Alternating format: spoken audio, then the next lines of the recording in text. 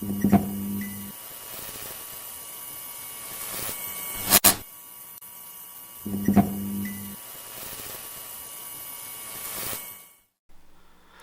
is happening, everybody? Josh here from Spawn Fly Fish, and Coho are here. Water's still low though, so before we get started with this Coho fly, do us a huge favor, hit like and hit subscribe and follow along in this video. Alrighty, in the vise we have a C14S, size number 4. This is a small hook given the size of the fish that we're going to be targeting, but there's a lot of cutthroat in the system that I would also like to catch as well.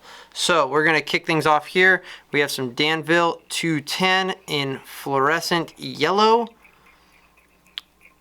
And we are going to tie back just to the bend of the hook here. First thing we're gonna add to this fly here is some Krystal Flash in the brand new color from Hareline, UV Midnight Black, just out of the Hareline catalog here. And the good thing about this catalog is it's got a lot of new purple products, and here in the Pacific Northwest we love the color purple. And although it says black, it looks a little purple. Alrighty, we are going to tie that Krystal Flash in right off the back here. We got about 5 strands, and we're going to double it over, and boom. So then we're going to take this in about the same length as that hook, and we're going to snip. Perfect. Speaking of purple, we're going to jump right into things here. We have some purple Marabou, and we are going to spin that hook back over and tie it in.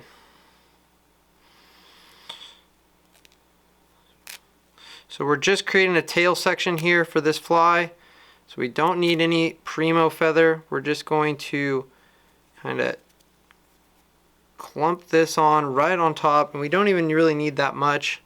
That's going to do it for us here.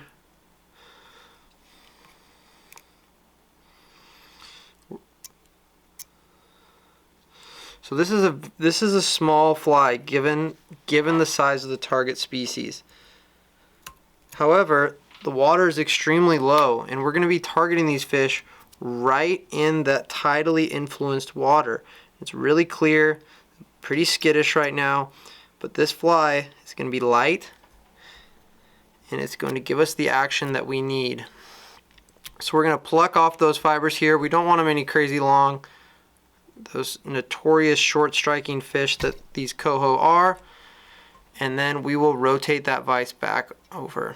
So we had a lot of success using the bling rabbit strips last year from Hareline. Really cool product. So what we're going to do with this pattern is replicate that bling effect, but with Hareline eye stub.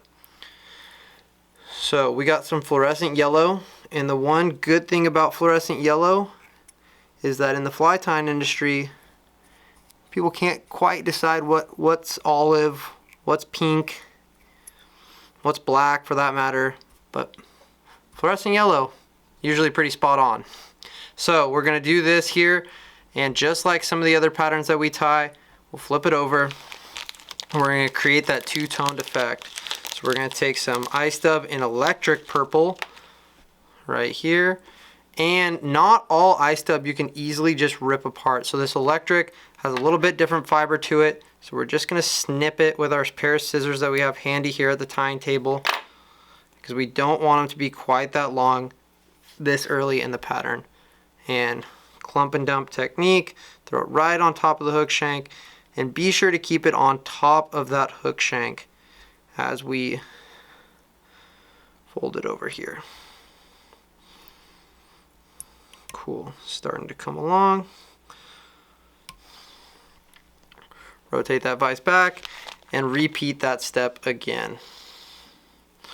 Fluorescent yellow, and this is going to create that little bit of a hot spot there at the tail section of the fly when that fly is dropping into the hole, and hopefully be that trigger that we know it has been in the past for this species. as well as not being quite as heavy as a rabbit would be on this fly. So we are replicating the success that we had, but downsizing it dramatically, which is something that you can do across many patterns for many fisheries. All right, we're gonna sneak a little more iced up here in the front, and then that section is, the tail section of this fly is done. On this one, as you can see, we're not gonna trim it. We're just gonna slip that on there.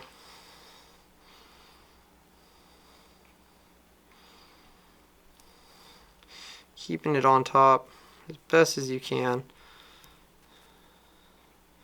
without crowding that eye as best as you can. Perfect. And that is going to be a winner. And the foundation for this fly is roughly set.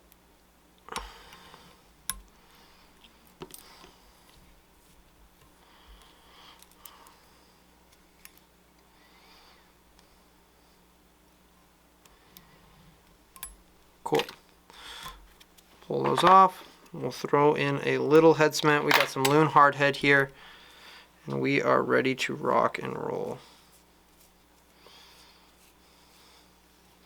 Alright, next thing we're going to do here off camera, and I will show you here momentarily on camera, we're taking a 3.8 millimeter slotted bead in fluorescent yellow and a 90-degree jig shank, 15 millimeter micro jig shank. And we'll insert that back into the vise and get things going. And this color combo is not utilized quite enough in the coho world. We see a lot of purple and pink flies, purple and fluorescent yellow. Add it to your box, keep it handy. That's a really cool thing about a lot of our anadromous fish here is we get to tie some really cool colorful flies from steelhead to coho to coastal cutthroat. The sky's the limit when it comes to colors. Let me readjust that just a little bit.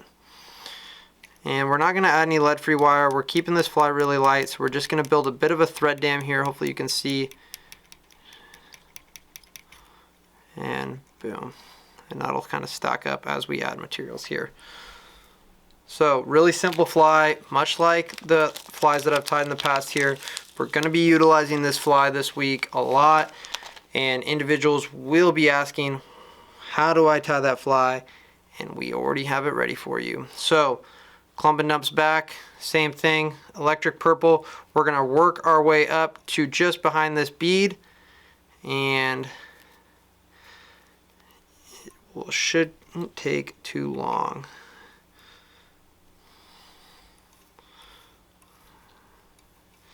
This is not going to hide that tag and that hotspot tail that we have created, so don't worry about that. We're just going to continue to work our way back. If you are going to use a dubbing loop on this dubbing, remember that electric purple ice dub, you might need to trim it just a bit.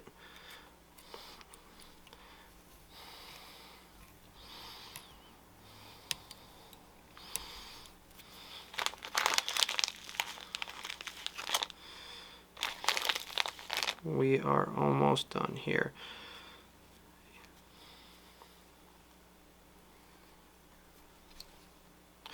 Just quick and not really dirty, but simple flies, similar tactics. You guys should be really good at creating flies like this at this point if you've been following this channel for a while, which many of you guys have been, and we truly appreciate it. So it looks like we got a little ice dub that's trapped right there. Not a problem. It'll be just fine. So final element to this fly here, we got a premium feather here that we selected out of the purple Marabou. And we're just going to toss in a little collar here and call her good.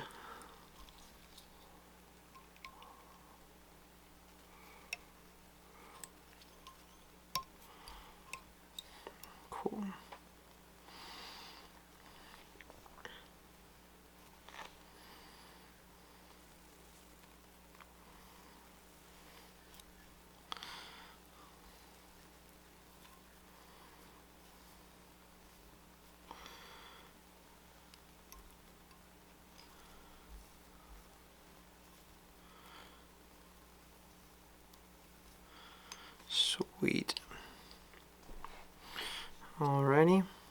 good to go there. And we will lock this into place, separate some of those fibers.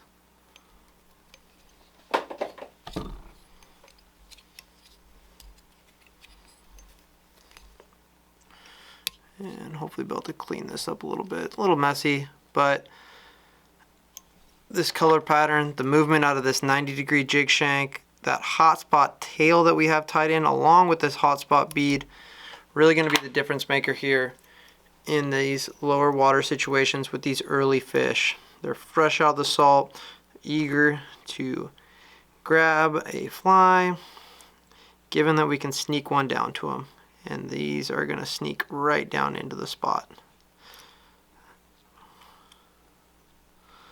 Alright, we're going a little bit heavy on the thread dam here. I'm trying to cover up some of that purple ice dub that we slipped in there. And we are good to go. We won't throw a